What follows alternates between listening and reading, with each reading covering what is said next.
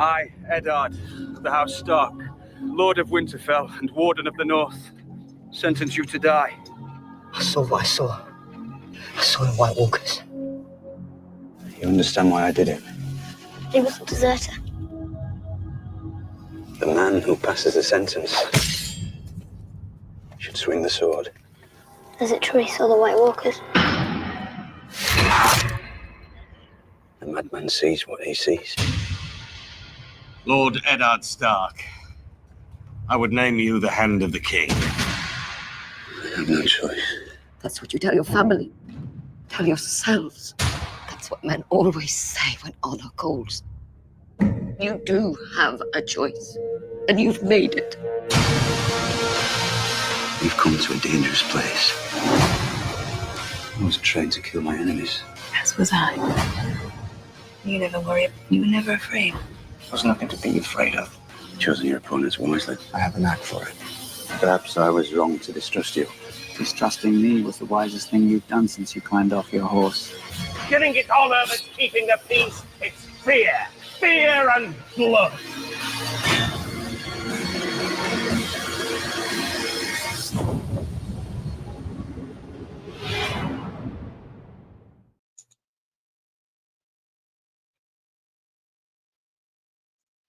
Ah, what a fucking show. 14 years ago. 14 years we got Game of Thrones. Think of all those moments.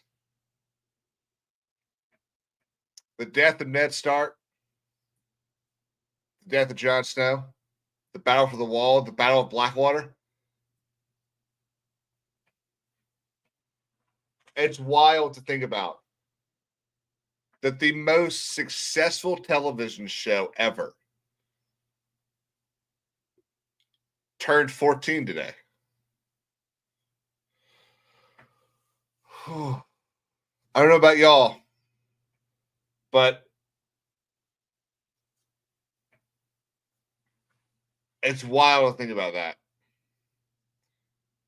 I mean, you can tell just from behind me that show has, I don't know if meant so much is the best way of phrasing it, but it's been an incredible ride.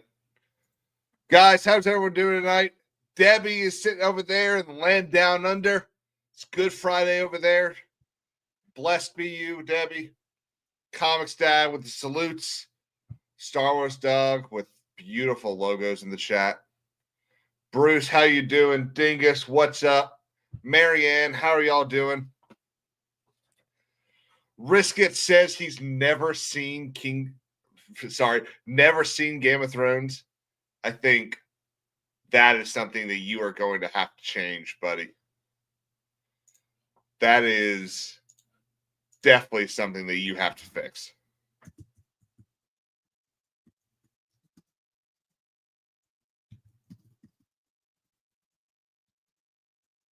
Hang on.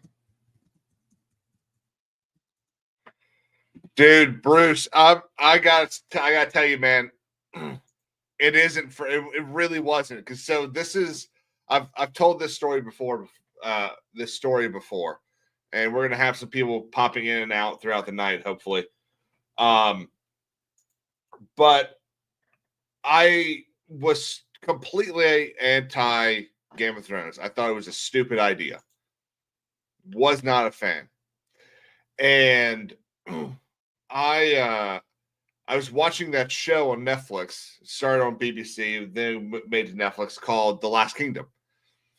I've talked a lot about it. I've talked about it a lot on here, especially with Daimyo. And I kept trying to get a friend of mine to watch it. And he kept trying to get me to watch Game of Thrones. So I said, you know what? I will watch the first episode of Game of Thrones if you watch the first episode of The Last Kingdom. So we watched the first episode of Last Kingdom first. He's like, okay, yeah, it's a pretty good show. And so then we watched the first episode of Game of Thrones. And before, am I right about this? Yeah, before Rob can ask him to be Hand of the King, I'd already bought the opening soundtrack, and I'd already committed to basically watching the entire thing inside of a week. I started the show the day that episode 4 of season 7 came out. I started probably about 5 o'clock that day. And I was ready to go and caught up before Thursday of that week. I called out of work twice. Like, I was hooked. Hook, line, and sinker ready to go.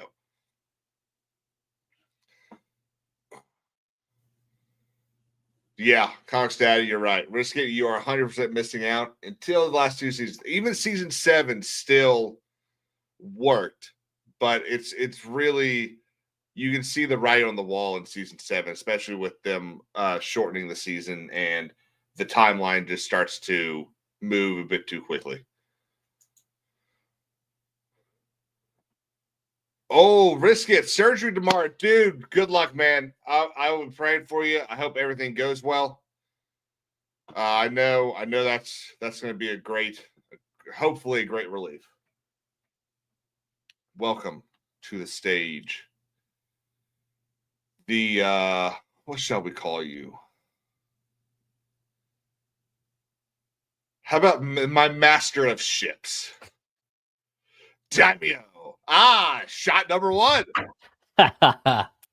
Yep. What's up, brother? Not much. How you doing? Doing well. Kind of a hectic week, but I'm doing fine. But this now that's water, right? Yeah, this is water. It's not vodka. I'm not chasing whiskey with vodka.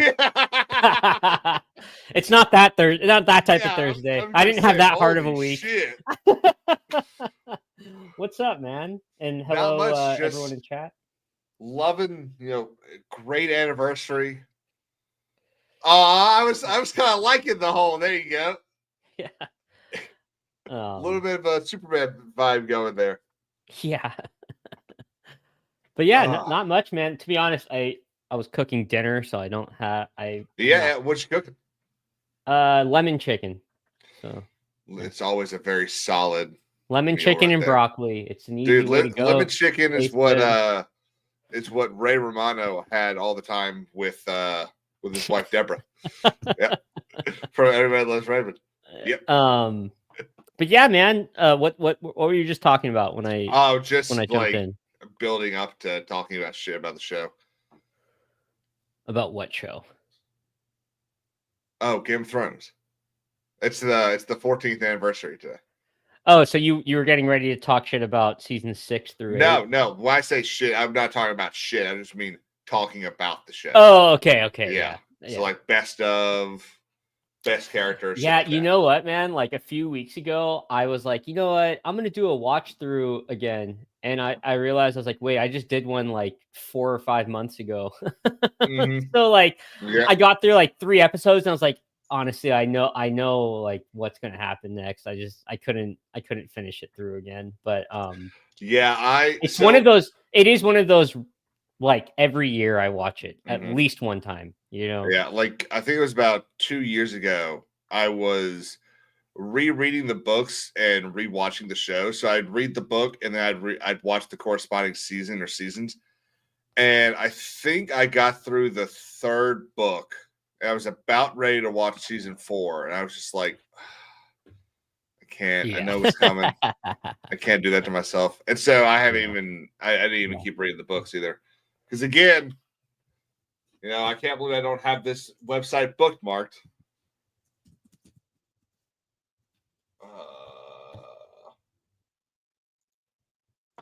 We are 5,024 days since A Dance with Dragons came out. God. 13 years, 9 months. So the last book came out 3 months after the show started. Dude, if I was a book fan, I would be extremely livid at this point. I would have been livid, maybe even numb by now. But as you know, I haven't read the books yet. That is definitely on my list. I haven't done it. Yeah, but I'd be very upset. Yeah. Yeah, I mean, here's the deal. The show, for the most part, is pretty damn great. The books are even better. Yeah. Yeah, I mean, I don't doubt that. That's typical how it goes with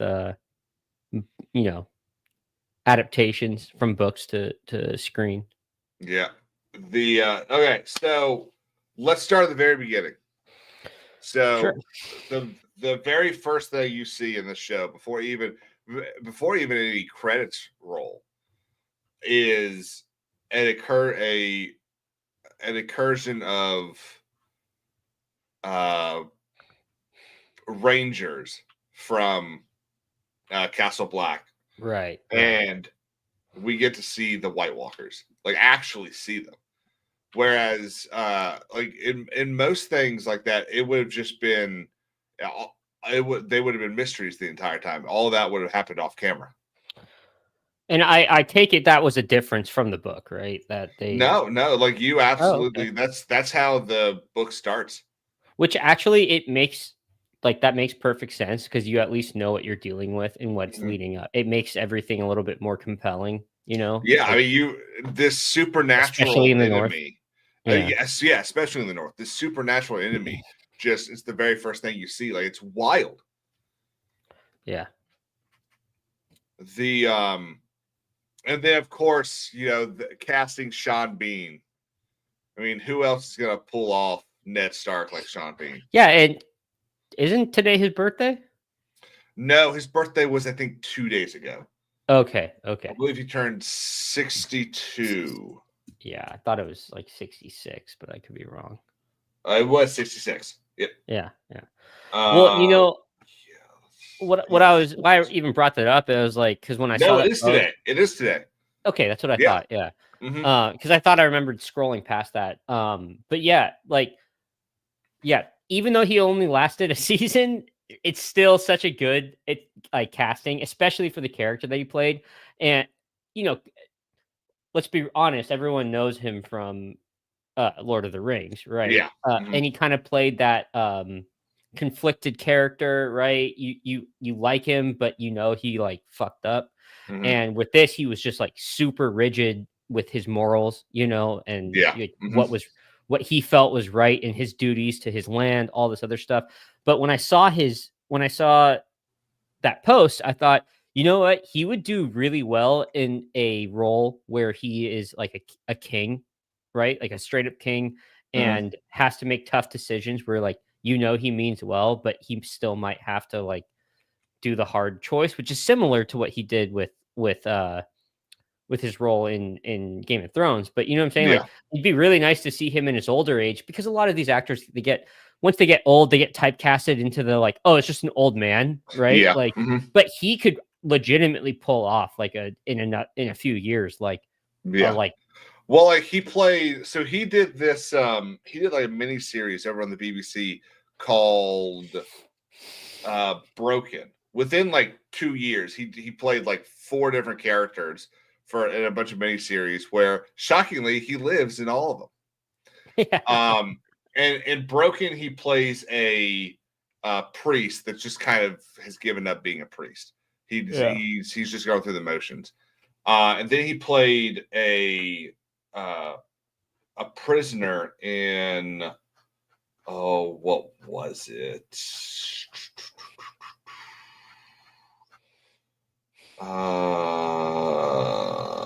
Time.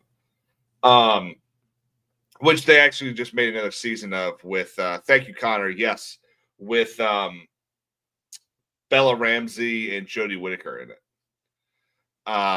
But he plays he accidentally kills a guy. He has a drunk driving incident, accidentally kills a guy. And prior to this, he was a good guy, and the show's just him going through prison. And it's pretty fucking good. Do you know where it's streaming? Yeah, it's on Prime, I believe. All right, I'll probably end up watching that. It's 3 episodes, so it's basically an afternoon. Oh, it just started, or no, it's just 3 episodes. And it was a series? It was a mini series, yeah. So a mini series. It sounds like they're gonna do multiple stories. So how long was each episode, if you don't mind me? Hour 20, maybe. Okay, that's fair then for 3 let's for a see. miniseries. I just know I would get so irritated wanting more when it ends after Yeah, well, 3. it's like just enough. Yeah. Let's see. So season 2, each episode was basically an hour, and then in season 1, they are on Amazon, but you have to have the BritBox subscription. Yeah. They're an hour. Yeah. But it's it's got like a side story with some of the officers. But it's really good. But Connor brought up a good point that they cut so much out of Feast for Crows and Dance with Dragons and completely messed up the trajectory of the show. And I mostly agree 100%. The thing that has bugged me for the entirety of that show, especially after reading the books, was that they cut most of what they cut out, minus the whole fake Ed stuff or fake Aegon stuff, was the magic. There's a lot of magic that they cut out. I think, and he'll correct me, but I think it's a Feast for Crows that begins with basically the Maesters at the Citadel seeing these stone candles light all by themselves, and it's supposed to be like a omen of magic returning to Westeros. And they completely cut all of that magic stuff out. They removed this entire kind of like theory of the Maesters playing a long game against the Targaryens and basically trying to remove them. There's so much they cut out the Northern Conspiracy. There's so much stuff, and this is one of the reasons why people are so upset about the book not coming already after 13 years, or 14 actually, because they leave all these stories. George left all these stories off at like a really cool moment, and nothing's happened since. Well, part of me, and obviously this is from like a neutral standpoint, but like part of me thinks that maybe like seeing like George seeing where the show went and all the other stuff they added and how the fans reacted to each thing, whether it was good or bad, put him in a position as an author where he's like, fuck, it's almost influencing. Yes. It's So influencing I his agree. creative flow, right? Like whether it's good or bad, I think how fans perceived the story the first time around, because it wasn't written.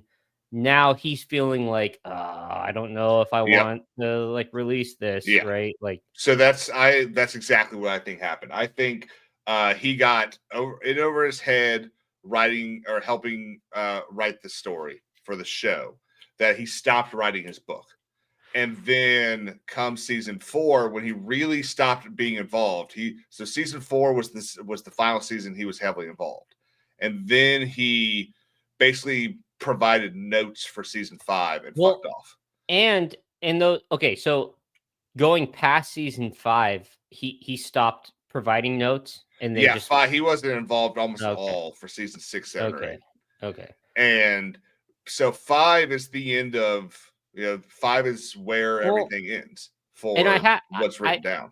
I'd have to imagine that he probably has an idea of where the story's going to end book wise. Like he has an idea of where. Yeah. So apparently he told D&D 3 things. There's apparently 3 main things that he told them. He told them Jon is really Aegon Targaryen.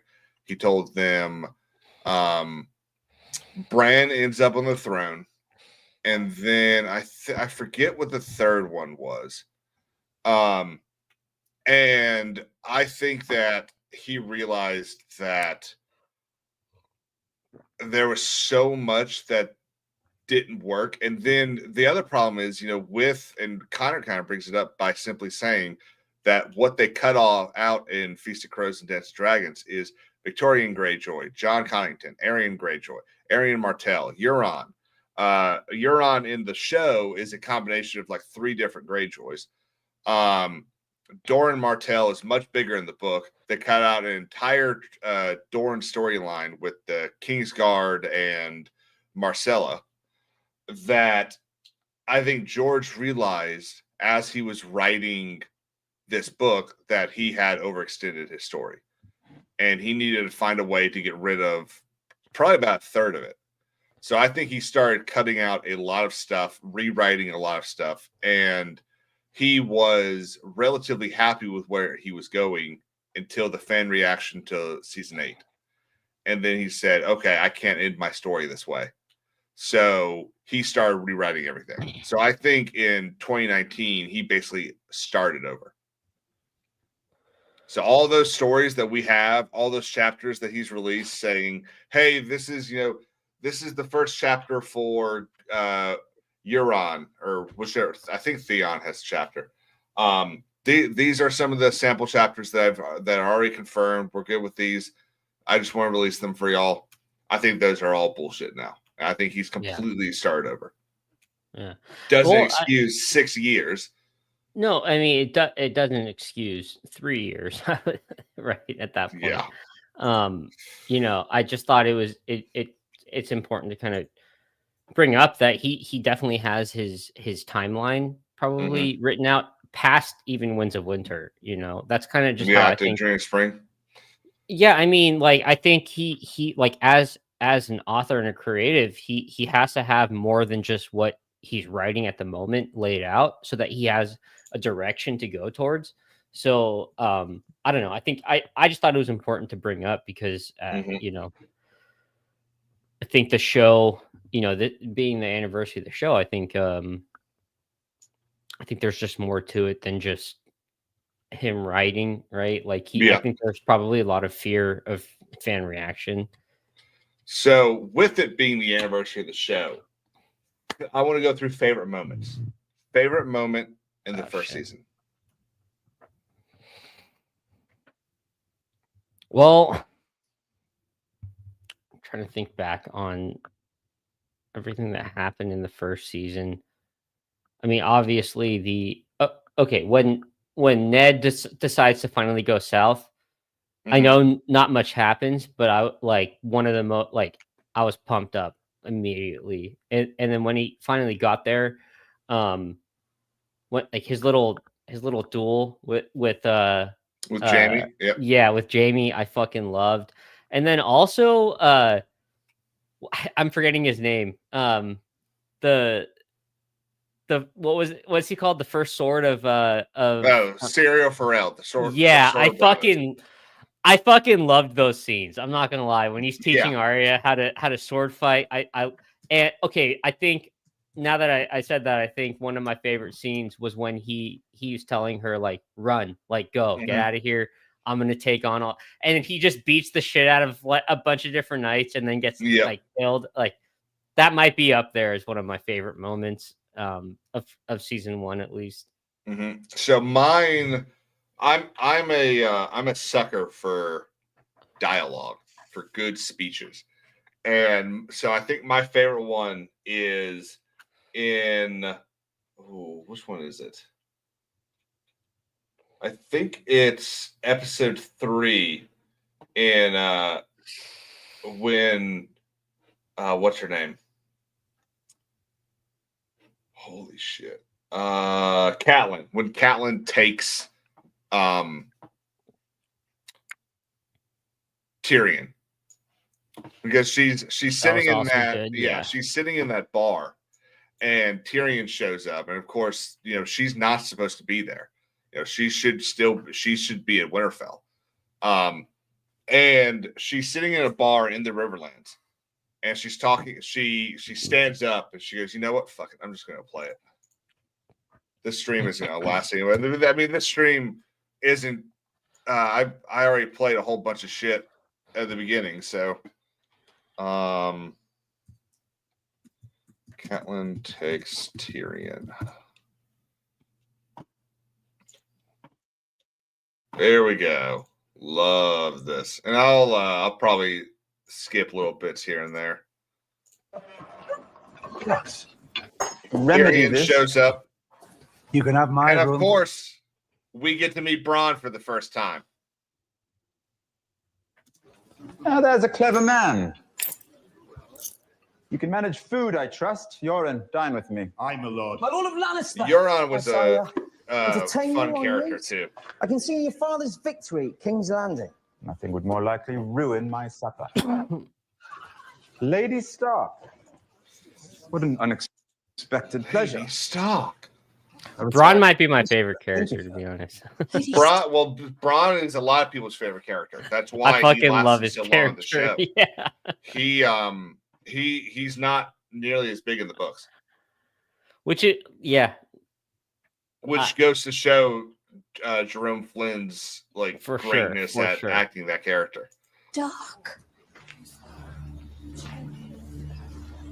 There we go. You, sir. Is that the black bat of Harrenhal I see embroidered on your coat? It is, milady. And one of the things I love about this episode or this scene is you not only do you get the sense that she's building up to something that something's about to happen, but you are learning so much about who is who.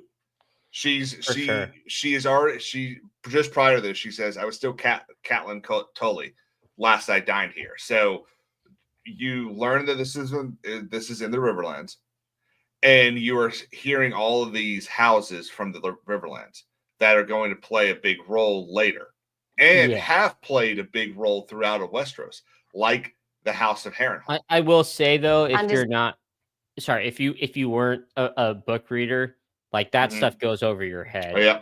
You know, but that's an example. It took me a few times watching the show to realize the importance of that. Yeah, that's an example of doing stuff for book readers that don't annoy normies. For sure. This lady went, a true and honest friend to my father, Lord Hoster Tully of Riverrun. She is. The Red Stallion was always a welcome sight at Riverrun. My father counts Jonas Bracken amongst his oldest and most loyal bannermen. Our Lord is honored by his trust. Bracken, a name that will be familiar for anyone that watch any of the seasons of House of the Dragon. I envy your father all his fine friends, Lady Stark, but I don't quite see the purpose of this. I know your sigil as well. The Twin Towers of Frey. How fares your lord, sir? Lord Walder is well, my lady.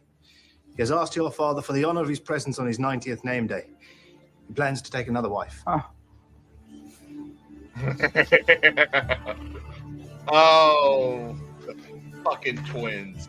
This man came into my house as a guest, and there conspired to murder my son, a boy of 10.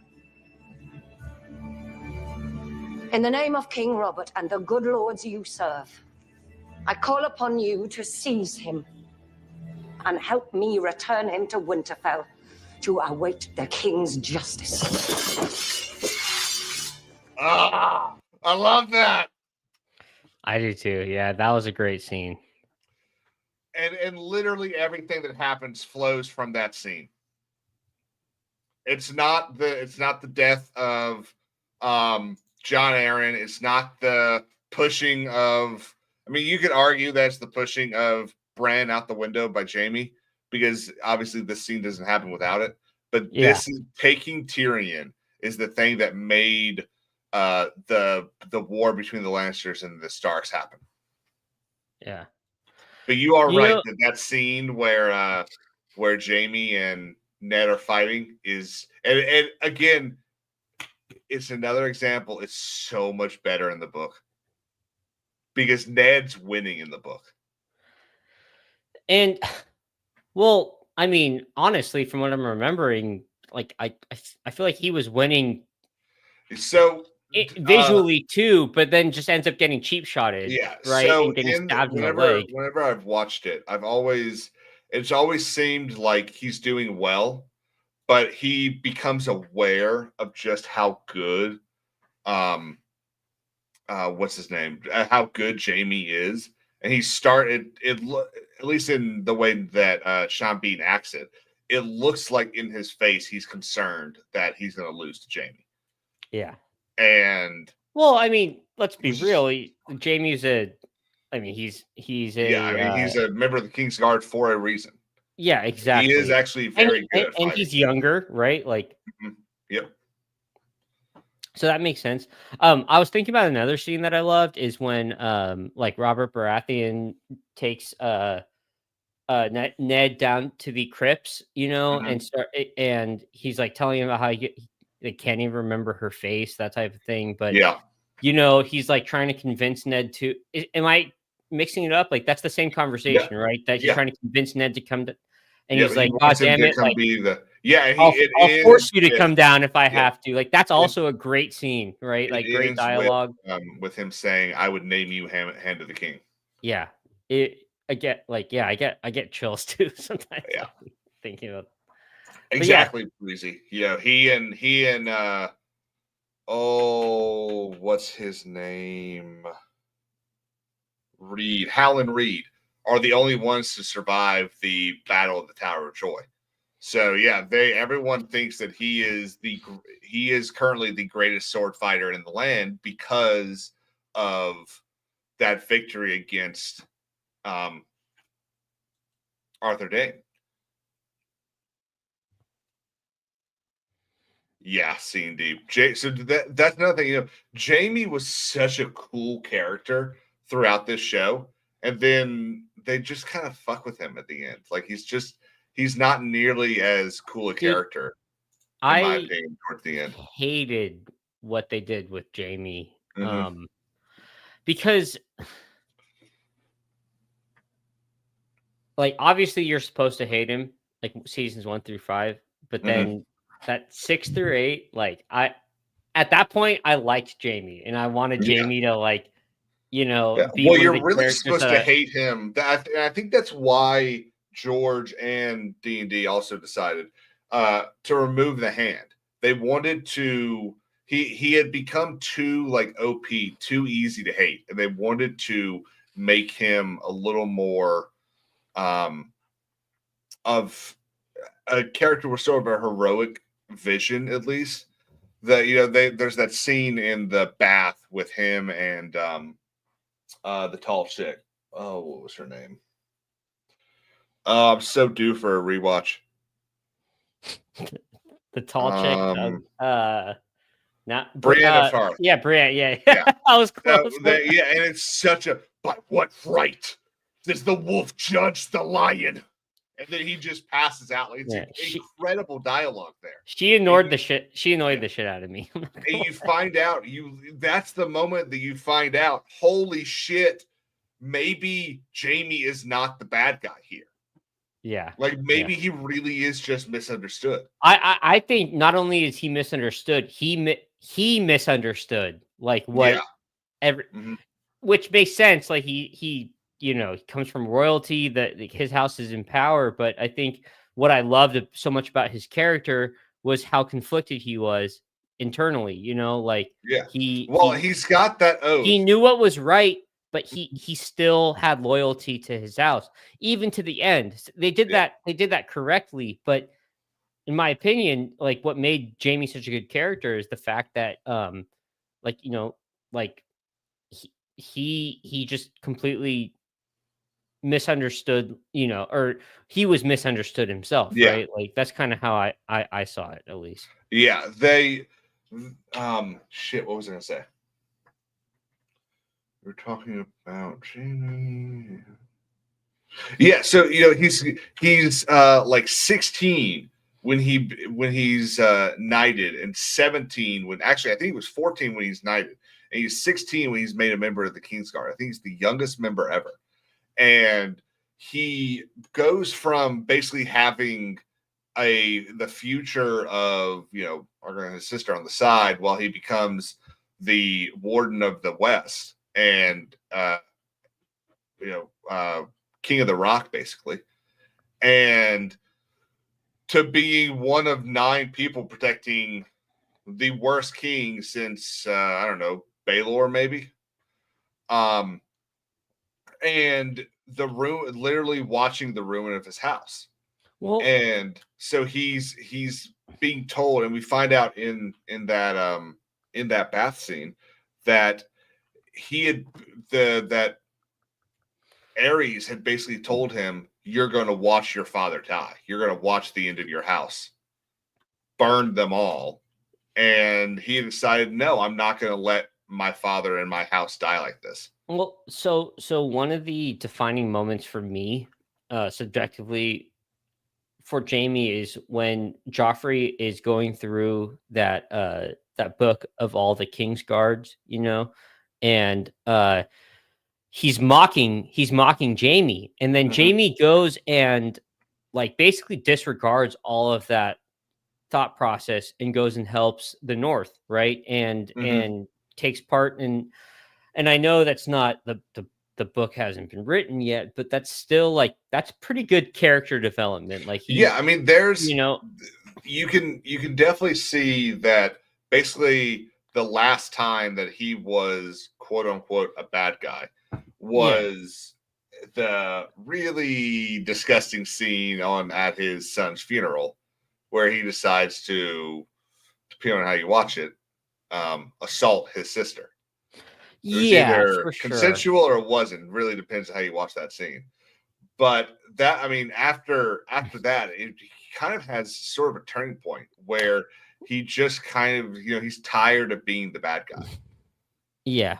No, and like why I brought that up is because that's kind of what irritated me about how they did it in the show, is that like he made the choice and decision to go against his sister and his wife, which is like weird, obviously, but he made the decision to leave his family to go help the real fight, right? Like, the go fight the Night Army, and then just like disappears. And it makes the whole like, which I didn't think fit in the first place, him and Brienne. I was like I guess, like. They spent too much time making it look romantic, where it should have been a relationship of honor and respect. Yeah, but and I agree with you, but like still, they made us sit through that.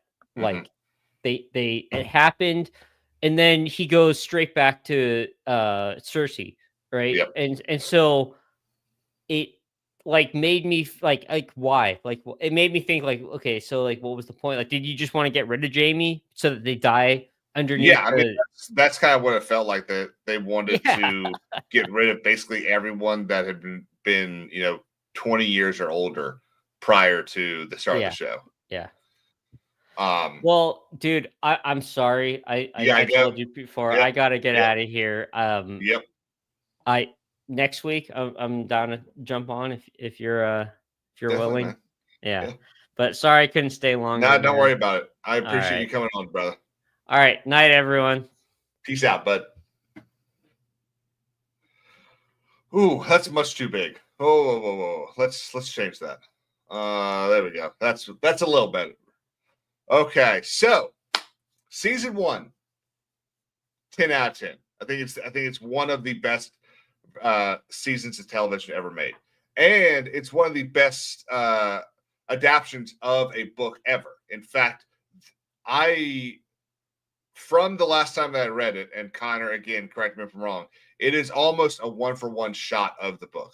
I think there's a couple things closer towards the end that are different, and then there's tiny pieces throughout the first season that are, this thing might be given to this person, but they still happen. Sort of like in Lord of the Rings, where the dream that everyone has prior to the Council of Elrond is actually given to Arwen in Return of the King. But excellent example of how to make a TV show based off of a book, something that HBO should look back to while they currently work on ruining Harry Potter. But that's not what tonight is about. Tonight is about celebrating the anniversary of the greatest TV show ever made. So let's look at season 2. So season 2 is where the first kind of divergence starts happening. Starts moving away from the book a little bit. It still does in book 2, again, We're gonna have Connor fact checking me in the chat tonight. I appreciate it. Book 2 covers season 2 and part of season 3. Book 3 covers basically season. I think there's a little bit of season 2 in book 3 as well. But this is the problem with the way George wrote these books is season 2 or book 2 is a direct continuation. And then he realizes about halfway through writing book 3 that 3 is going to be too big. So he splits it into Feast of Crows and Dance of Dragons.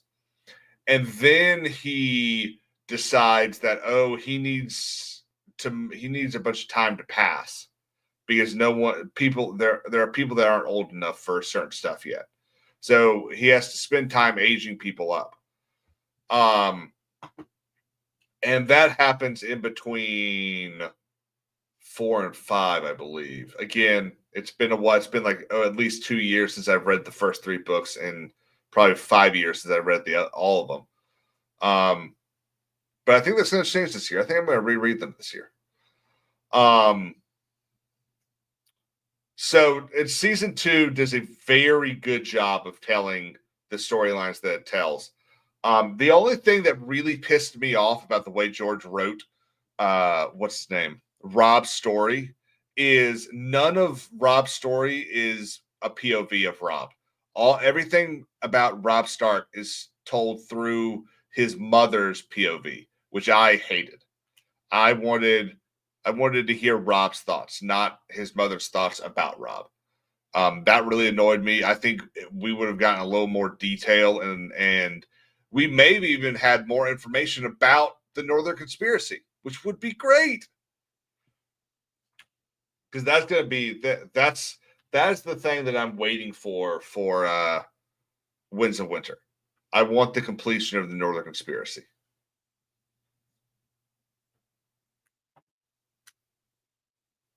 Yeah.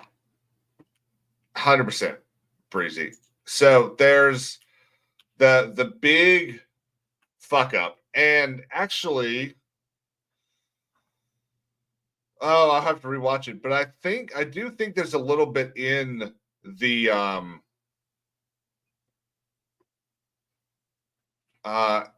show where there's kind of an insinuation that Rob's heir will be Jon if he doesn't have a kid. Well, and that's another thing. What's her name's not dead in the book. She has fucked off to the west.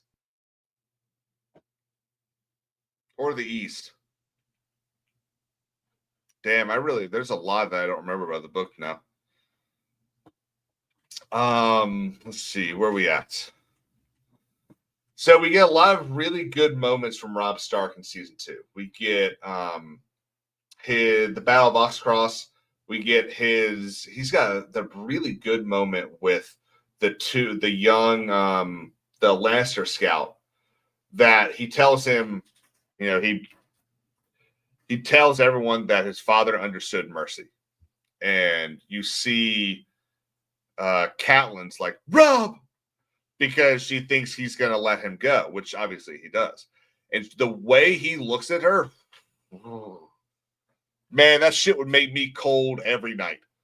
Dude, that's like, in my opinion, that's his first act as king, is getting his mother to shut up. And he goes to the Lannister scout and tells them, and says, how high did you get? The Lannister scout says 20,000. Return south. Tell Lord Tywin 20,000 Northmen are coming to see if he really shits gold. And that's just like, holy shit. And then you hear all of the people behind him going, King of the North, King of the North. In fact, when the first time I went through the show, I was working with a buddy of mine, and our main job was basically answer phones. And I told him, I said, dude, I'm having like a real problem getting through these phone calls and not answering them and going, hello, King of the North. Like I'm having a real problem. And he just laughed at that. But that's that scene where they named Robb the King of the North, the first King of the North. First off, it is actually much better in the book, because one of the things that they talk about that because it's Catelyn's POV. One of the things that Catelyn is saying is how there are lords from the Riverlands who were never ruled from Winterfell, naming him King of the North, a title not heard in 300 years. Like, that's, yes, the first King of the North since Torrhen Stark bent the knee 300 years earlier. Let's see. Let me look at the chat. I've not been paying attention to the chat, guys. I'm sorry. Connor said season 2 is arguably better than the book. A Clash of Kings is, in my opinion, a bit of a slog to get through. Still a phenomenal book. One of the problems with the Clash of Kings, in my opinion, is that it introduces a lot of characters that waters down some of the stories. You get a whole bunch of people introduced with Jon. You get a whole bunch of people introduced with Catelyn having to go and basically treat with Stannis and Renly. There are a lot of names that pop up once or twice, and you don't really get the time to kind of understand who they are. And then, do I have anything to drink? I do not. Yeah, Breezy said Lady Westerling is still alive in the books. Yes, supposedly still pregnant with Robert's baby. Yeah, exactly. So that's the thing. There's this grand northern conspiracy to place Jon on the throne. That, well, actually, so I think if I remember correctly, it breaks into two fissures. One is to place Jon on the throne. The other is to go get what is this young Stark? There's Rickon Stark, who is apparently over on Skagos, which, you know what? Fuck it. Let's pull it up.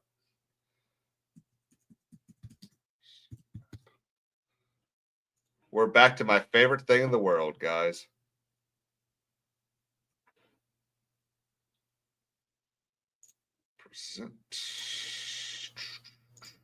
The interactive Game of Thrones map. I love this thing. So, apparently, we don't know. That's another one of the things that's annoying about the way that George writes. Rickon is supposed to be hiding over here on Skagos with some of the hill tribes or whatever they are, the clans. And that's why Davos Seaworth has traveled to White Harbor to get Skagos, to get the Lord Manderley to help him go rescue Rickon, or go get Rickon. I don't think Rickon's in trouble. But if you haven't watched it yet, go watch the video that Alt Shift X does on the Grand Northern Conspiracy. In fact, I'm going to pin it in the chat real quick.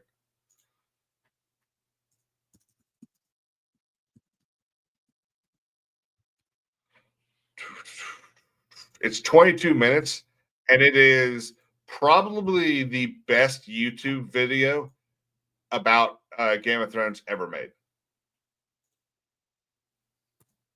It is beautifully well done. That's another thing, Breezy. The pink letter. Who wrote it?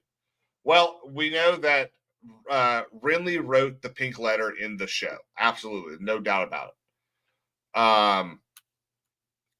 Everyone else knows exactly what I'm talking about. I love that. Okay.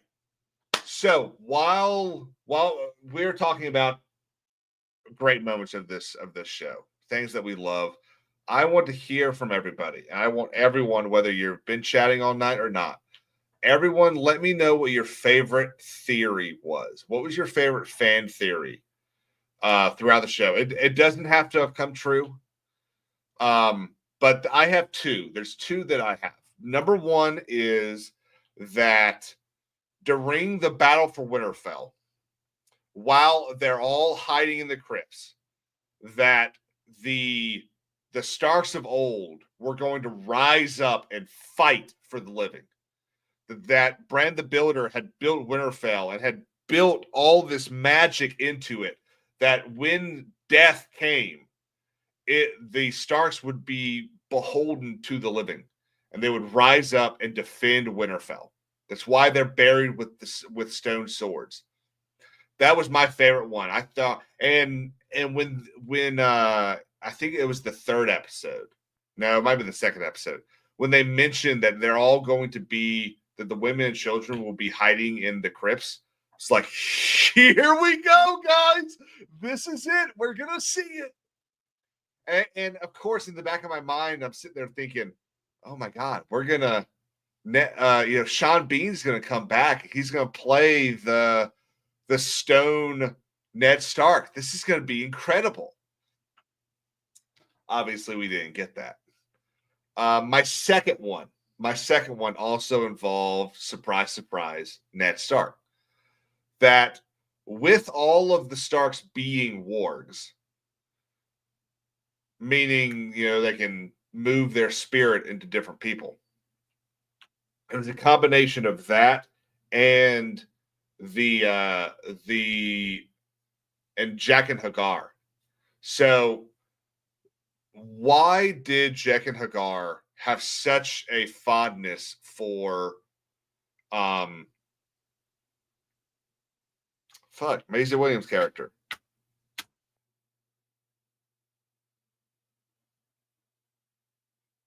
Holy shit, guys. I can't remember shit. Arya Stark. Why did Jaqen H'ghar have such a fondness for Arya Stark?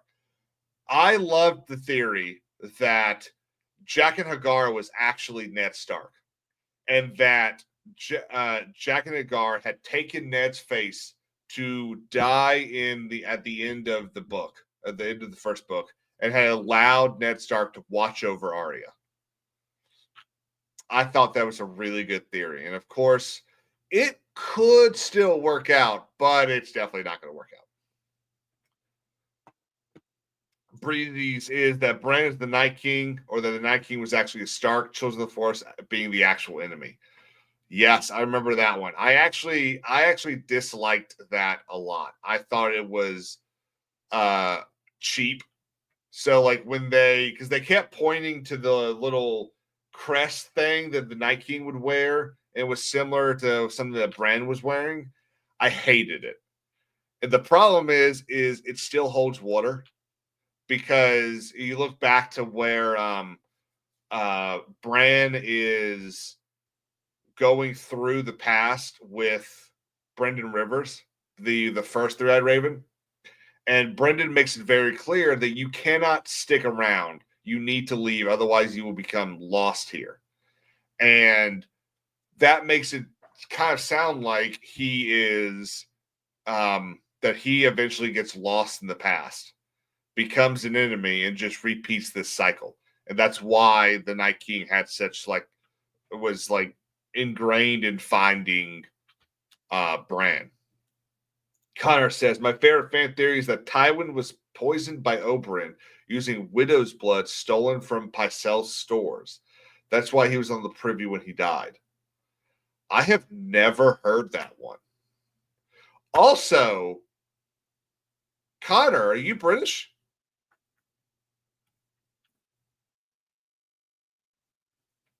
Spelling, are you Canadian? Spelling favorite like the people across the pond. Appreciate it. There you go, Connor. Man, dude, it's late for you. I appreciate you being here.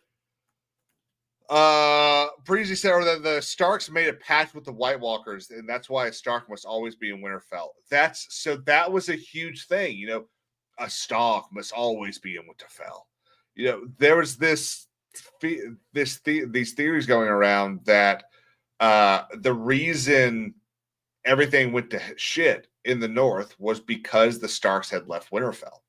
And I'm good with that. I think that's when you've got a group of people that so embody where they live. You know, the North is so different from all the other areas of Westeros. It is the harshest, it is the coldest, it is the most difficult to live in. So, and there's a reason why. It's another great scene in, I think it's the first season, where Cersei is talking to Joffrey, and she basically asks him, "Hey, what would you do? Like, how would you control the different territories?" And he talks about how it's ridiculous that all the lords have their own armies, that he would require them to contribute to a national army, and if they didn't, he would invade them. And she says, "Well, what about the North?" And he says, "The North, fuck the North." And she schools him really well. It talks about how it is the most difficult territory to control. Not only, and this is why Robb puts such an emphasis on Moat Cailin, but not only is it impossible to get past the neck, but, oh, hang on.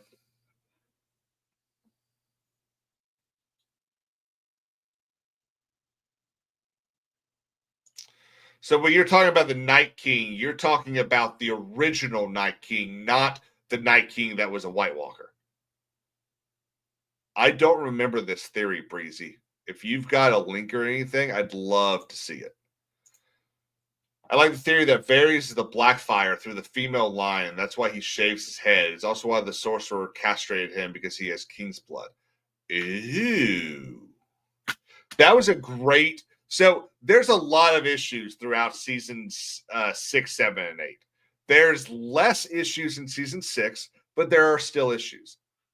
But one of the really awesome moments in 7 was when that Red Priestess talks to Varys, and you can see Varys is actually like scared. Like, she says to him, would you like me to tell you what you heard that night? And he's just like, how do you know? Like, he's never told anyone. That was a great scene, in my opinion. One of the few great moments of season 7. I'm just looking through the map. I've always enjoyed how, and you can always tell the people that aren't either haven't been fans very long or are, as we call them, tourists. Because whenever someone's like, "Oh, did you know that like Westeros is just like Ireland and England flipped upside down and turned around?" It's like, yeah, we all knew that. I love that.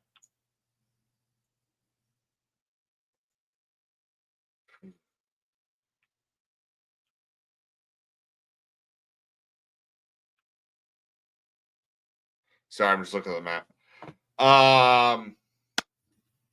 It was a great scene that never paid off. Yep. Yeah, it was. And that's another thing. That's further proof that Dan and Dave didn't know what to do with the magic. They didn't know how to deal with the fantastical element of Game of Thrones. They liked to pepper it in here and there, but they didn't know how to make it pay off. And of course, then they give Varys the dumbest death in the entire show.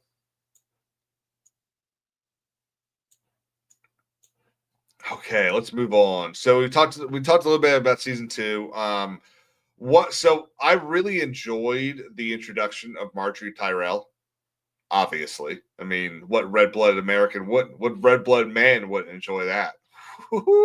Baby, both of them.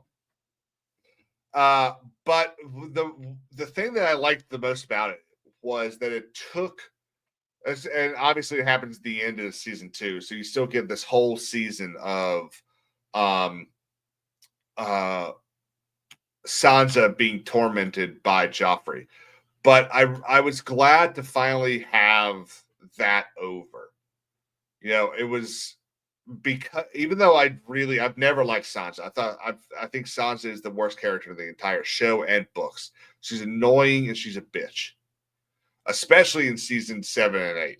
Like that The entire will. Is she going to kill her sister? I hated it. Now, I know why they did. They were trying to subvert our expectations, and they were trying to give us that payoff, which in the first watch, I was like, oh my God, she killed him. But after that, like once I, learned how to, watch shit, dude, Brazy, I'm not going to highlight it, but you're right, 100%. See you next Tuesday. So,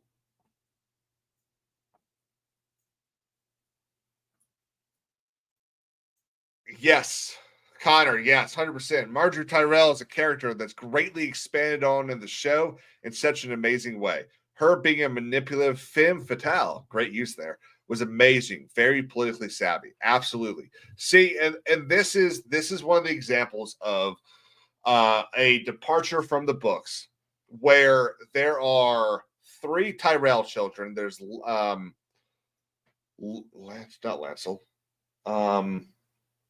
What is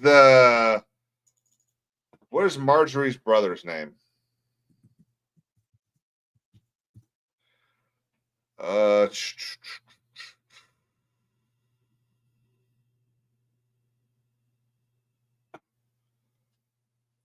Loras, yes. So there's Loras Tyrell, Marjorie Tyrell in the show. But in the book, there's another Tyrell, the oldest. Actually, I think there's 2 more Tyrells. There's the oldest Tyrell, then there's one that's lame. And or they might both be lame. No, I think the oldest Tyrell is lame, isn't he, guys?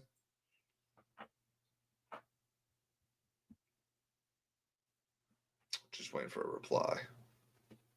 This is the only thing I hate about asking chat a question is because there's such a... No, there are 2. Yeah, Garland and Wyla.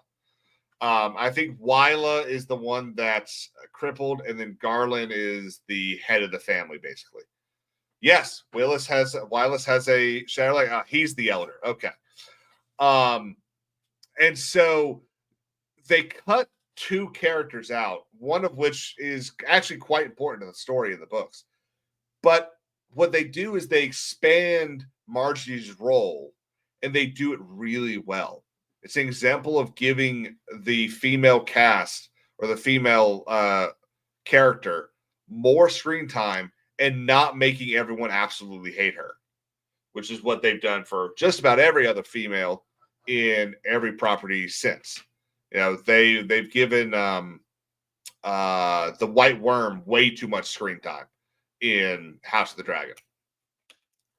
So I loved her. I obviously loved her introduction, but her entire political savviness and moving between the Lannister brothers, I thought was excellent.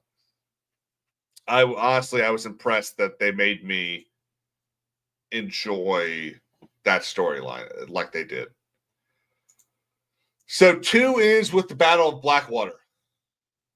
Great battle, and it's got that awesome scene where Cersei's basically getting ready to kill herself and Tommen, and then her father shows up on horseback, breaking down the door, and it is a very good scene.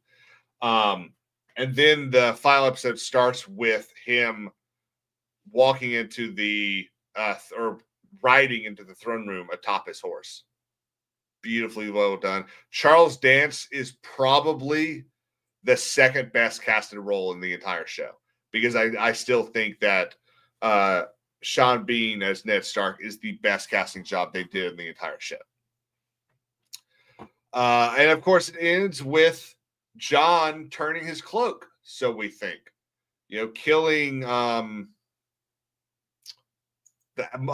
Half Hand and becoming a member of the Free Folk. Obviously, that doesn't stick around. Season 3 comes around, and just a whole bunch of... Season 3 was wild. That was a crazy ride.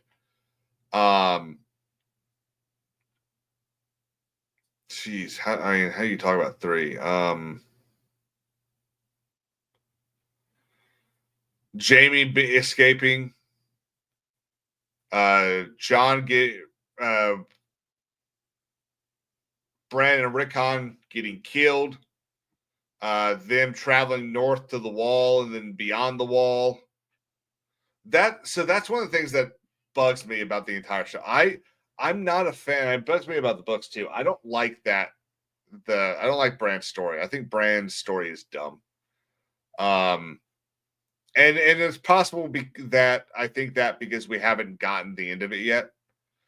But I'm just not a fan. Now I will say, and let me pull up the map again because this is honestly kind of heartbreaking.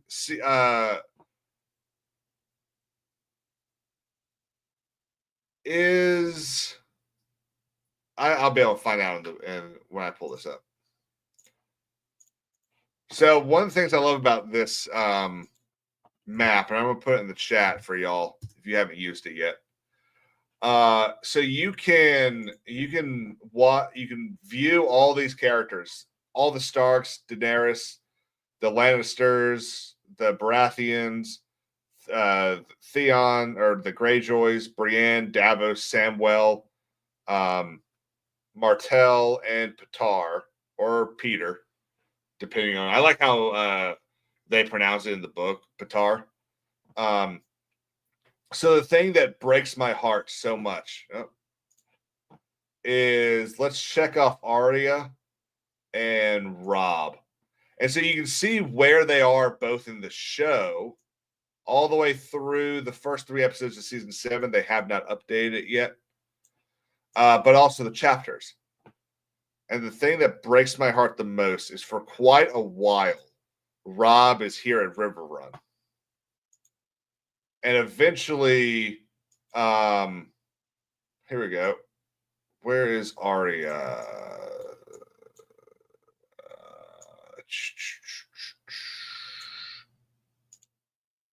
Let me check off Robb.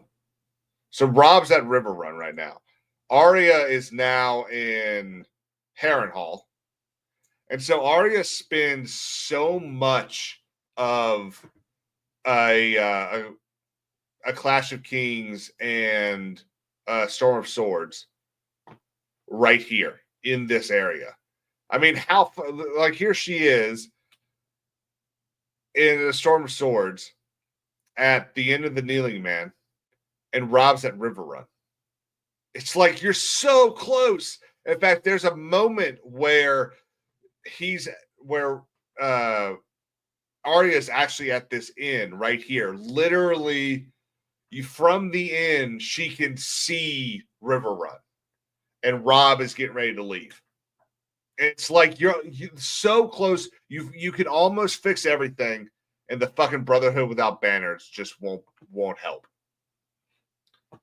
That in my opinion is the most annoying part of the middle of the story that we have so far. But I love it. I love what I would do when I was working from home. I would be working on my monitor here and listening to, I'd have Audible open. I'd be listening to the books over here, and then I would track. When I got through, John 2, Storm of Swords, I'd click over and I'd see where everyone ended up moving and stuff like that. It's kind of fun to watch.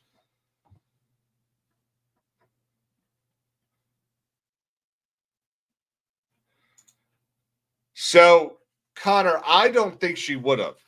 I think that if she had turned up with the information that she had, I think Robb would have sent her somewhere else. Because remember, am I right about this?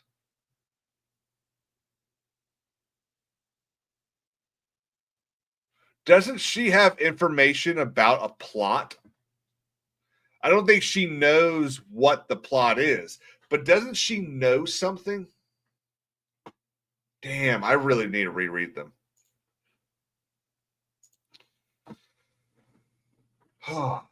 Okay, so season 3, of course. I've got a great story for you guys here. So season 3 ends with the Red Wedding. And as Twitter accounts for Game of Thrones love mentioning, do not forget that the Red Wedding is the only episode of Game of Thrones to end in silence.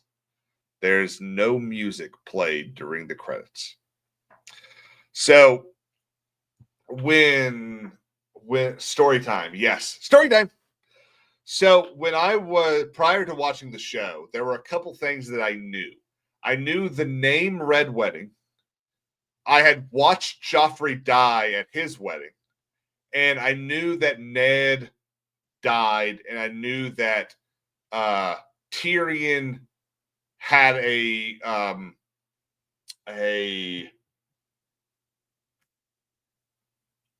what is it? A trial by combat. So how I found out, I knew that Ned died because I was walking through my living room to go to my bedroom while my brother was in the living room watching it on the TV. And at that point, I didn't give a shit. I thought it was a dumb show. This is probably 2011. Might have been 12, but I think it's 11. Then there was a TV show on TBS made by Breckin Meyer called Men at Work. And in it, there's 4 friends. One of them's kind of a nerdy guy, and one of them's a quote-unquote pretty boy who, gets everything handed to him. And so the pretty boy, Tyler, I think is his name, gets upset that the new boss in season 3 doesn't like him. The new boss is a huge nerd. And so Neil, the friend that's a nerd, basically suggests, why don't you watch Game of Thrones? And so he instead of watching the show, he watches the previously on. And so he thinks that he can get away with just kind of saying something and getting the boss to like him. So he's faking a phone call, and he tells this guy, dude, I'm like a Lannister. I always pay my debts. And so the boss's ears perk up, and he goes, oh, you like Game of Thrones? And obviously he doesn't really believe him. So he says, what did you think of the Red Wedding? Oh, beautiful. Beautiful. It was a bloodbath. And so I knew that the Red Wedding was a bloodbath, but I didn't know what the Red Wedding was. And then a couple of years later, I was scrolling through Twitter or Facebook or something, and I watched Joffrey die. And then, I think I might have watched the interview with Kit Harington where he talks about telling the cop that he was returning for the new season. And then the cop tells him, on your way, Lord Commander, keep your speed down south of the wall or whatever it is, which is it's pretty good interview. And so there were these little things that I knew, but I didn't know what they were. So in my head, the Red Wedding was Joffrey's wedding. So I'm sitting there watching this. And, I'm going, oh, let's go, Team Rob. Let's go. Yes, you just won this battle. You just won this one. Oh, your brother-in-law, your cousin's kind of a dumbass. Oh, Brendan's the one that should really be in charge. He knows how to fight battles. Fuck Edmure. This guy should be in charge. And then, oh, no, don't fall in love with her. She's an idiot. You don't forget you have an oath to the twins. Don't do this. So this is kind of how I'm watching Rob's story. And then we get to the Red Wedding. And Rob gets, everything looks like it's going to go over well. And I'm like, so something's definitely has to happen because it's the end of the season and nothing's really happened yet. And I'm thinking they're gonna, especially because he's killed Karstark by now. And so I'm thinking that the season's going to end with him losing his army or something. And he's going to have to go north, recapture Winterfell to gain the trust of the Northern Lords again. That's where my head was. And then Catelyn totally slapped Roose Bolton. And I thought, oh no, what's about to happen? And everyone dies. And I sat there like this for an hour. Really? I was heartbroken. Like, Robb was my guy. I wanted to fight for Robb Stark.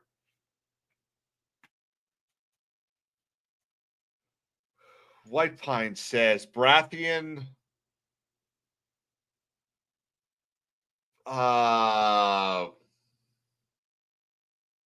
What was that in reference to, bud? And Breezy, I don't even think they play the Reigns of Castamere.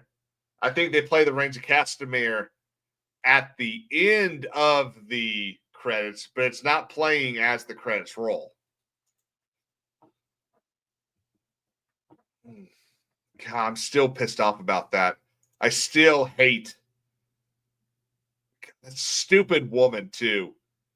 And in the book, that's the thing that, and Connor will love this. I'm assuming, and Breezy will. Everyone that's read it, they'll love this rant too. But the fact that Robb was so pussy whipped that he wouldn't listen to his mother and leave his wolf with him. The fact that he let his Westerlings, or no, they're. Jane is a Westerling in the book, right? It's in the show that she's from Essos.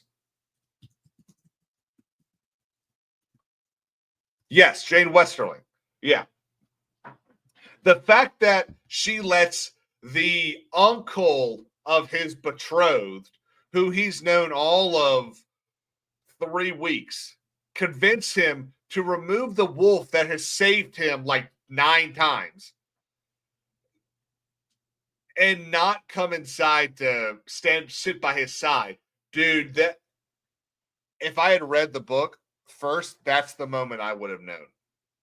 Like, finding out that Grey Wind is prevented from being by his side.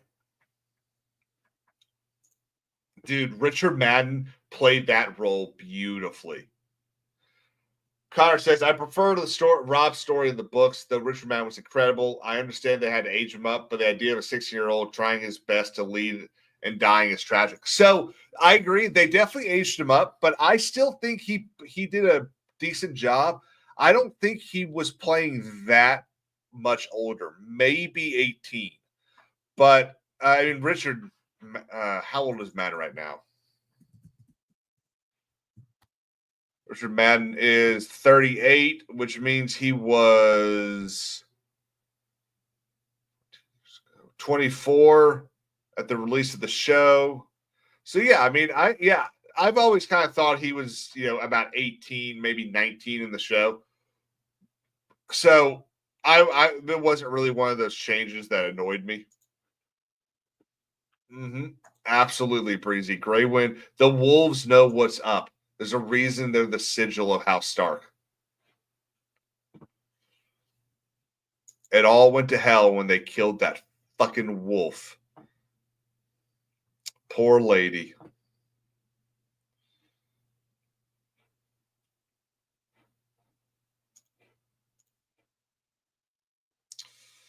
And then we have season 4.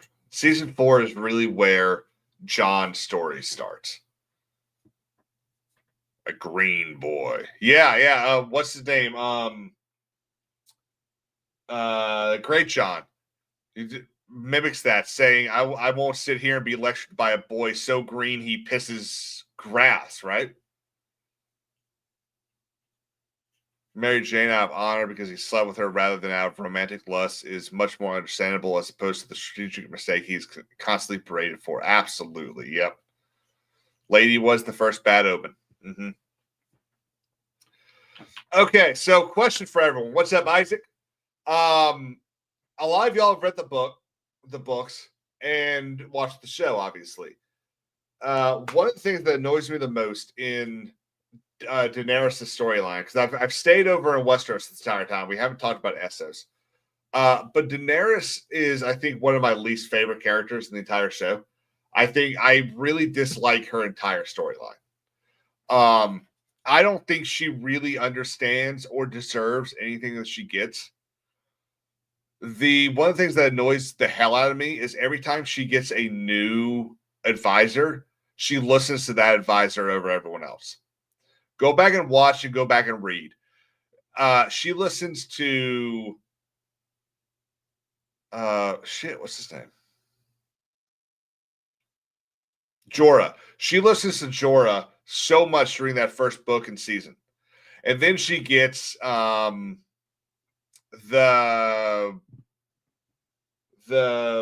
dude that is part of her Khalasar. And she listens to him more. And then when they all basically die, she listens to Jorah again. And then she gets Whitebeard or Barristan Selmy and only listens to him and never to Jorah. And then she gets the Second Sons guy and only listens to him and not the other two. The other two that have literally led men into battle have sat there at the hands of kings and doesn't listen to them at all. Dario Naharis. Then she throws away Jorah, which it makes sense. She's he's betrayed her. I get it. Mash for 2 says I was heartbroken about Grey Wind. We were all heartbroken about Grey Wind. The worst thing was seeing this. Open image, new tab. It's pixely as hell because I didn't want to spend a lot of time trying to find it. But this was probably one of the saddest moments of the entire show. Like, that was depressing as hell. Also creepy as shit, man. Mash, I appreciate it, brother.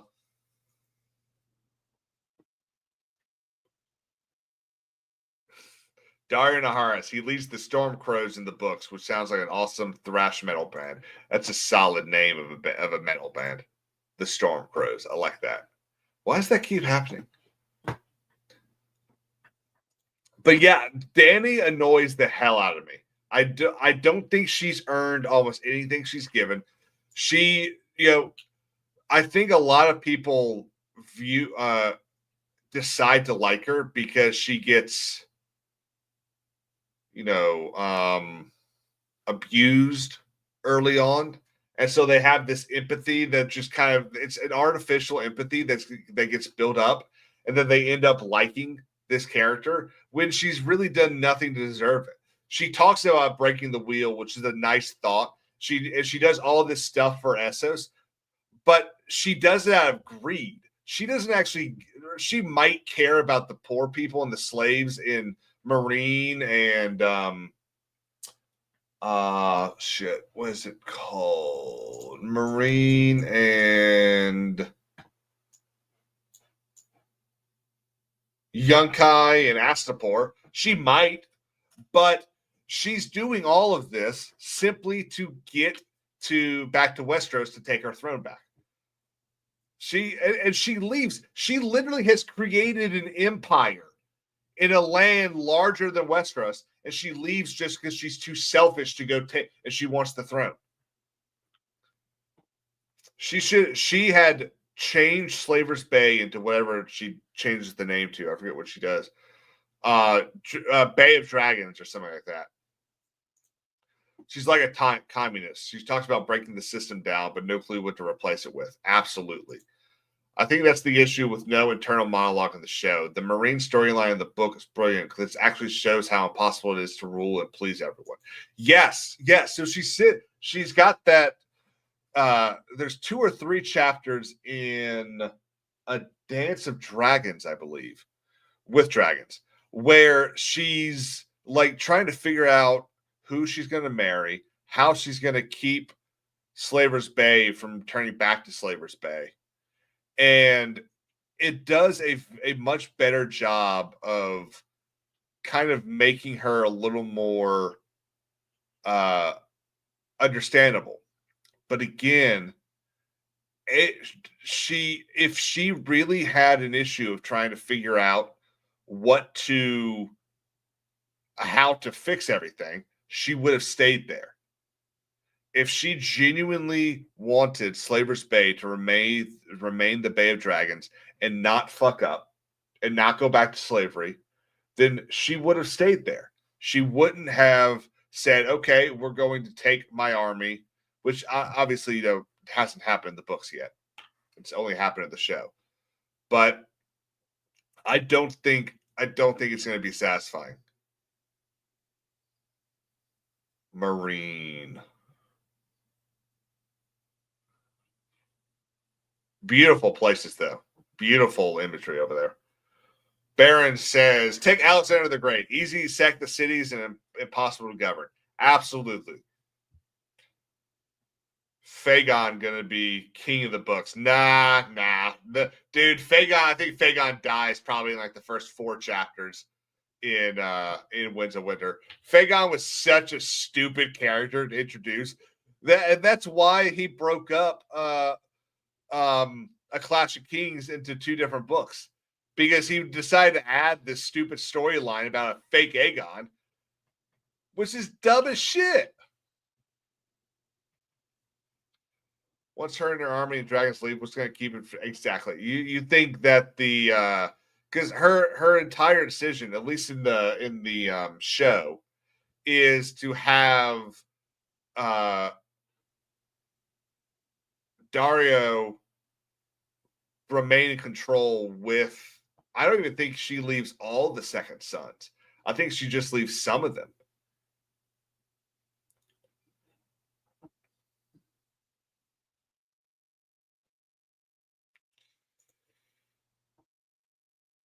Martin refers to Marine story as the Marinese knot. I think it's going to be parallel. It's going to parallel the Gordian knot, and when Danny gets back, he's going to say fuck it and just make impulsive decisions. You are talking about the knot that Alexander the Great unties in order to rule Asia Minor, right? Isn't that the Gordian knot? Instead of untying it, he cuts it with his sword. Yeah. Yep. Yeah, I think he's written too much. He builds up too many of these storylines, and that's his problem right now. He's stuck. He doesn't know where to go. So season 3, I mean, the last thing I do want to mention about was it season 3?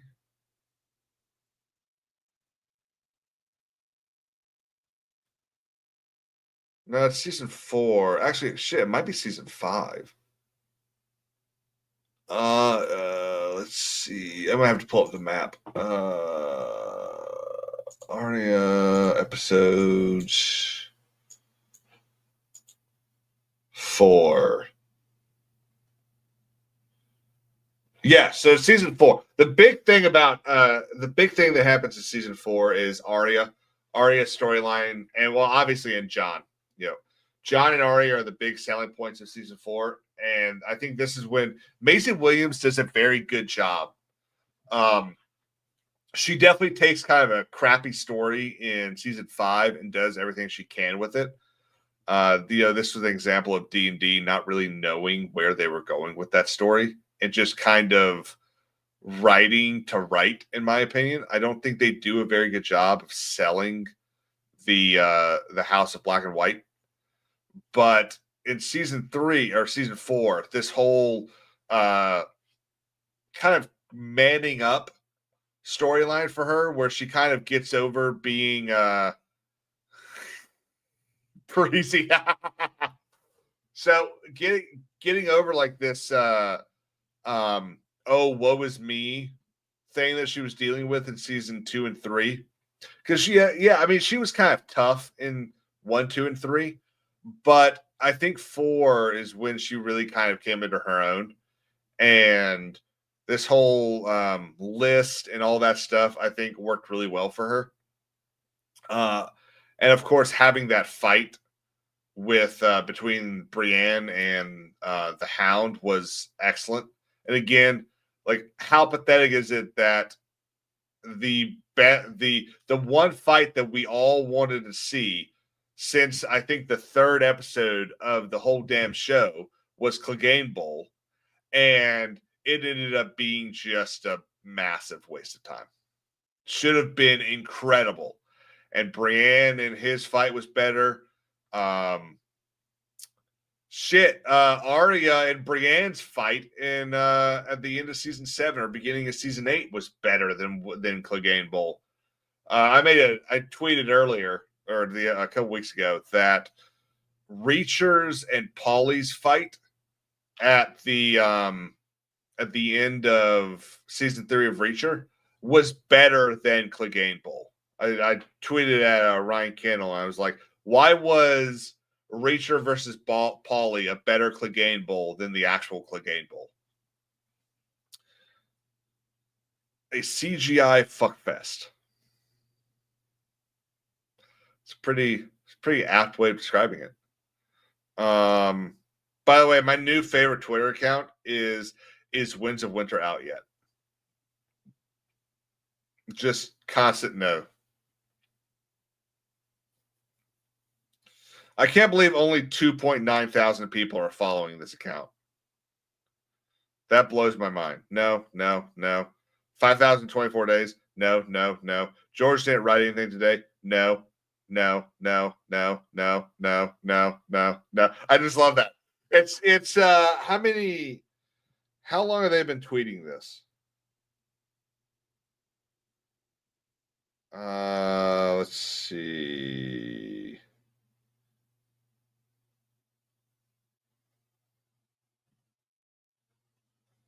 Oh God, this goes back into 2024. I thought this was relatively new.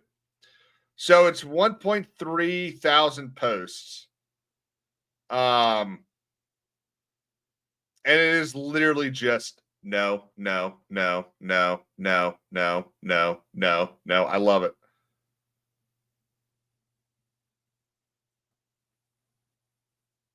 Sorry, I got distracted. I love that.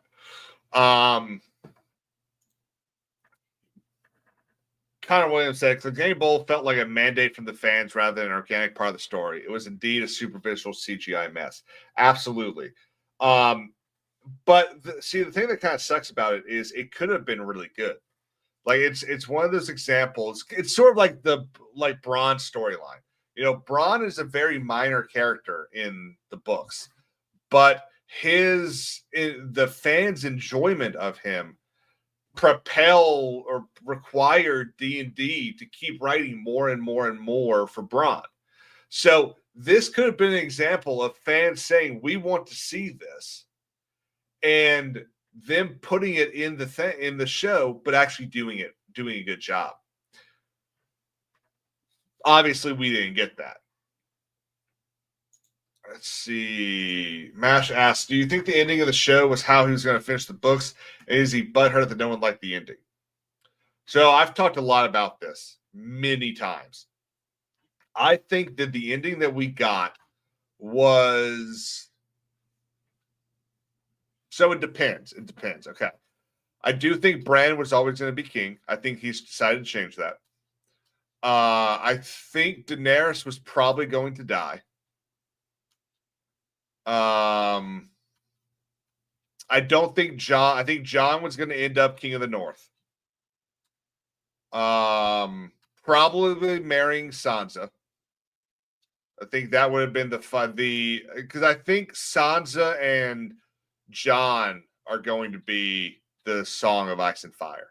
I don't think it's going to be Daenerys and Jon because they're both fire. Because there's several times throughout the book that Sansa, the way in both Sansa and Jon POVs, they talk about each other too much for there not to be some sort of, I don't know if I want to call it a union. They talk about too much for there not to be a meaning behind it. Let's see what else happens.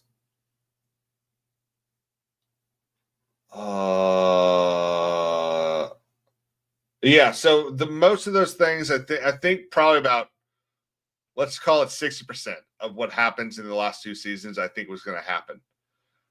There's a lot of stuff cut out because there's a lot of stuff cut out in the show. So there's a lot of storylines that we don't know how they were going to end because they're just not in the show. Lady Stoneheart being a huge example. You know, we don't know how that storyline is going to end because We just don't know.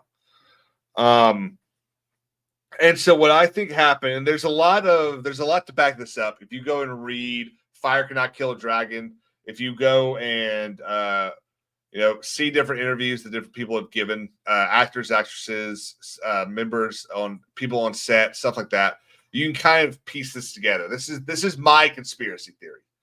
So George got real butthurt in season 4 that they did not do Lady Stoneheart. Real butthurt. And because Lady Stoneheart, Catelyn is the one character that George regrets killing. That's why he made Lady Stoneheart, because he wanted to bring her back. So he got really upset that they didn't put her in the show. I think, and look, you got to look at the timeline here. So I think that D&D told, hang on, what's her name?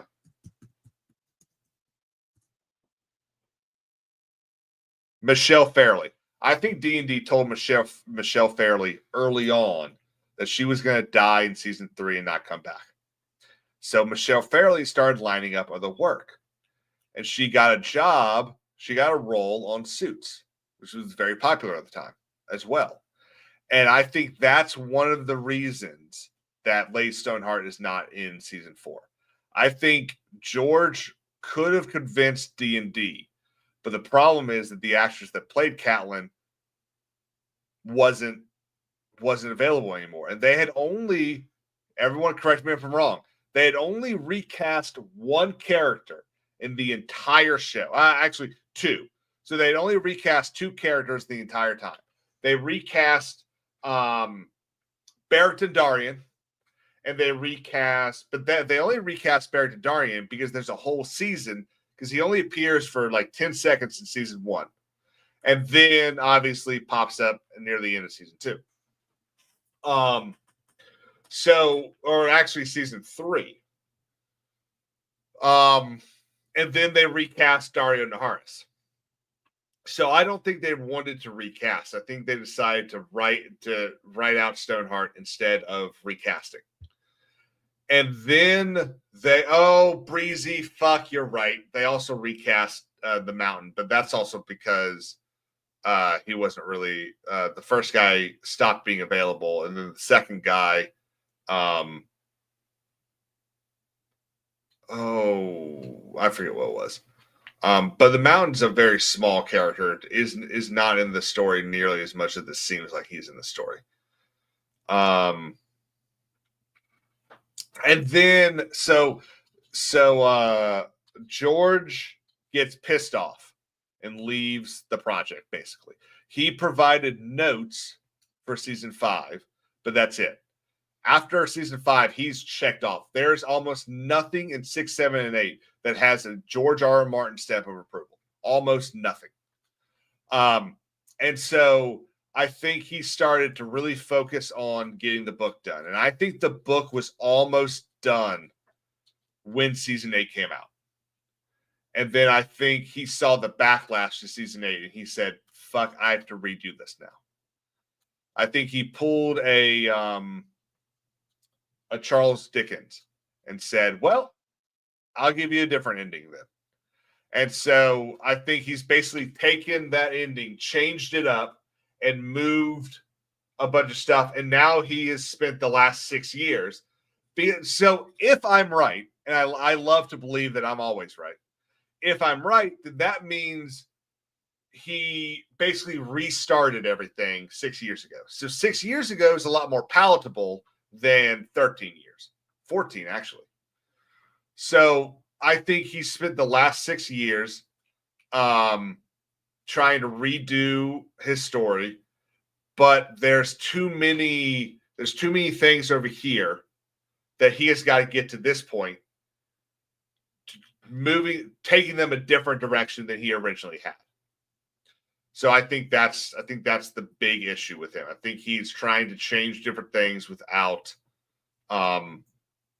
having as much as an issue as the fans did. And I think one of the things that is causing him a problem is I think it's Stannis Baratheon.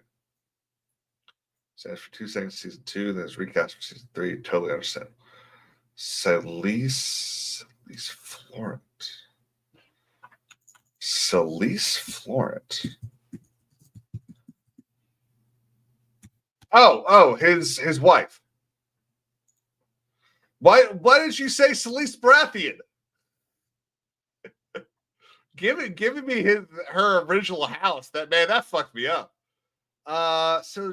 She was played by someone else, huh?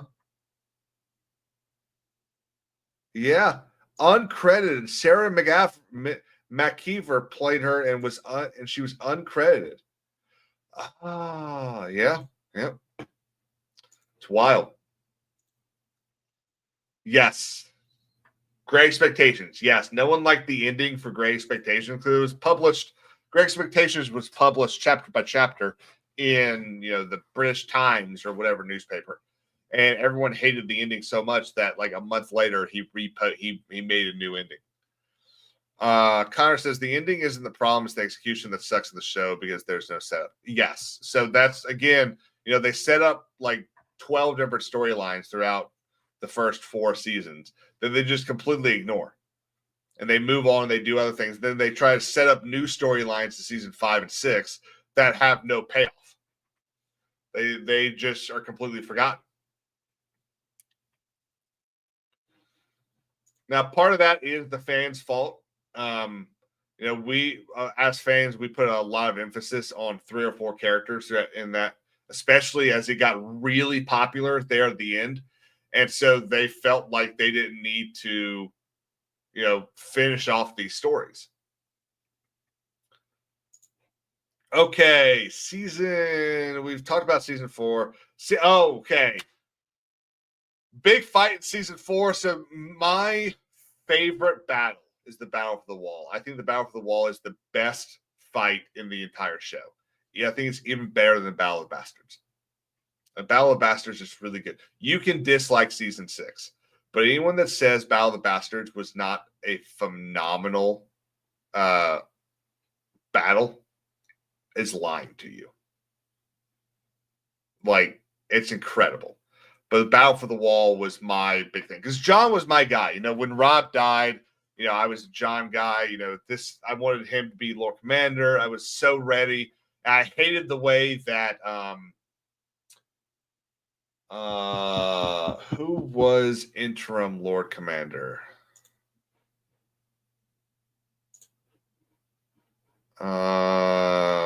I can see him. Thorne? No.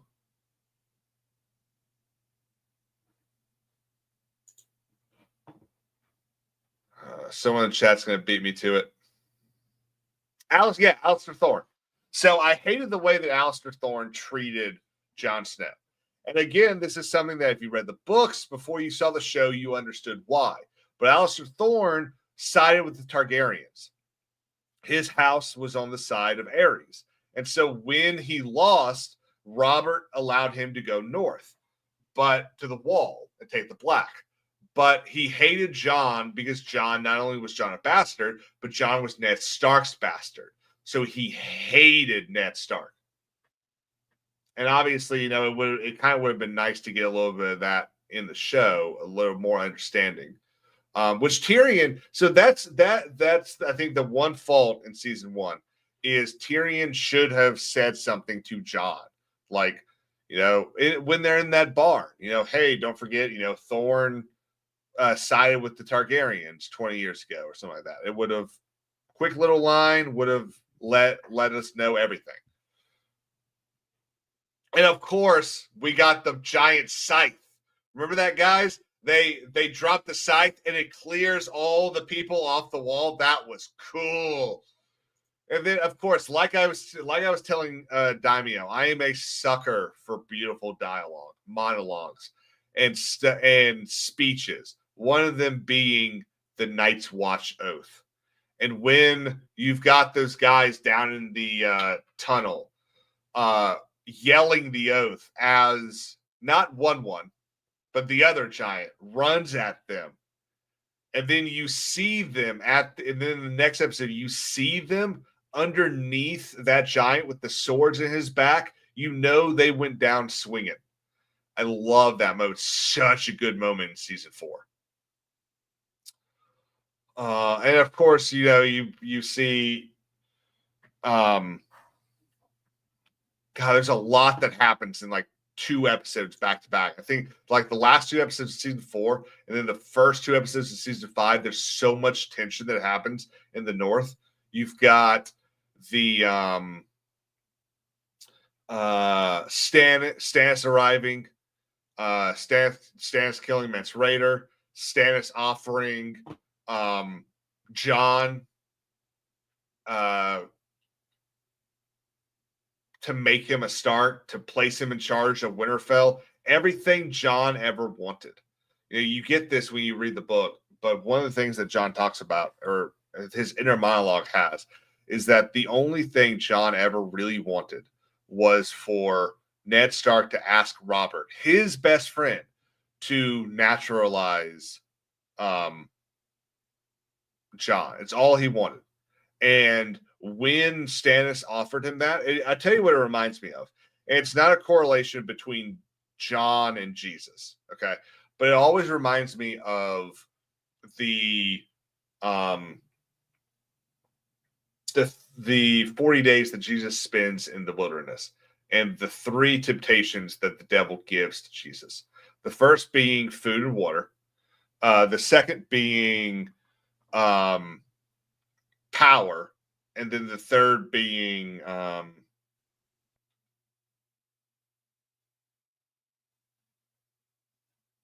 don't really know how to describe the third. The third one is just he'll catch you. But it always reminds me of there's, in the first temptation, there's one thing that Jesus is in dire need of, and it's food and water. And I've always seen this sort of relationship between that height of a desire and want and need and Jon's desire to stop being a bastard. Because he's been the bastard of Winterfell. There's absolutely nothing he's ever going to get that he's not going to have to take for himself, because nothing's going to be handed to him. His father's wife hates him.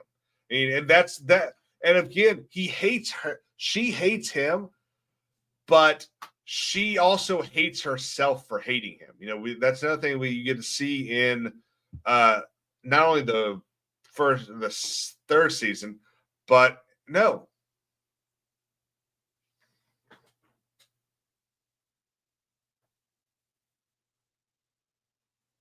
Yeah, isn't she making that little wreath thing to basically pray that her sons have survived Theon?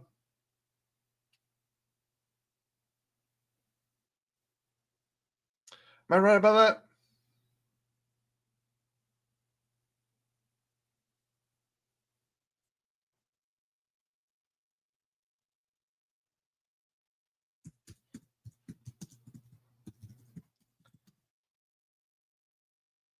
Yeah, okay. Yeah, so Puck, where was I going? I lost my train of thought.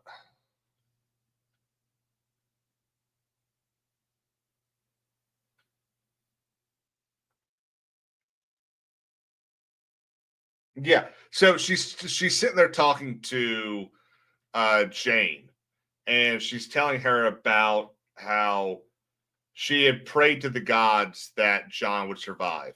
And then she hated that Jon survived, and then she hated herself for hating that Jon survived. So again, great dialogue, great acting, incredible moments in storytelling that all gets fucking ruined by seasons 7 and 8. And again, like the issues with season 7 aren't even really on the story. It's all in the fact that they shortened the season to 8 episodes, or was it 7 episodes?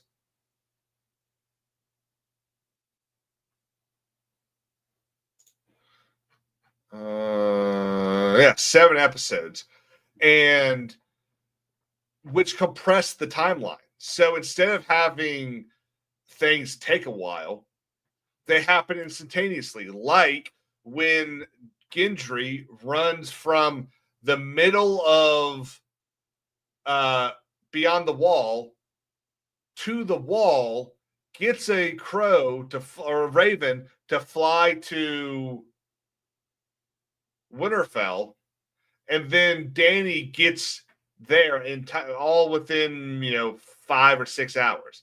Like, that's bullshit. That's the biggest problem with season 7. There's little things here and there that are kind of dumb. Jon bending the knee is dumb as hell. Never okay with that. Never going to be happy about that. But the biggest problem in that entire season is the compression of the timeline. Guys, it's 9:30. I got work in the morning. We've been sitting here for almost 2 hours talking about the greatest TV show of all time. The greatest story ever put to television. Obviously, the greatest story ever told is Jesus Christ. It is Holy Week. Nice little comparison there. And the greatest story ever put to film is Lord of the Rings. But the greatest story ever put on television is Game of Thrones. Millions of dollars.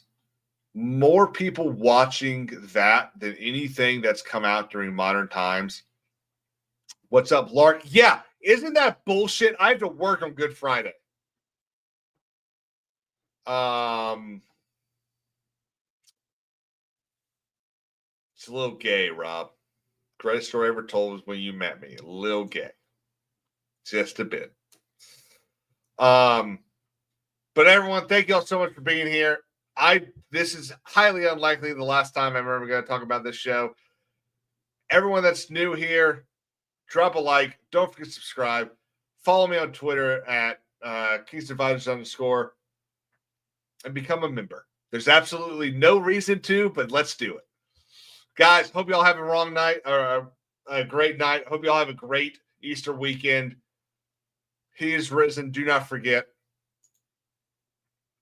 I can't wait to see everyone back here throughout the weekend and next week. Peace out, guys.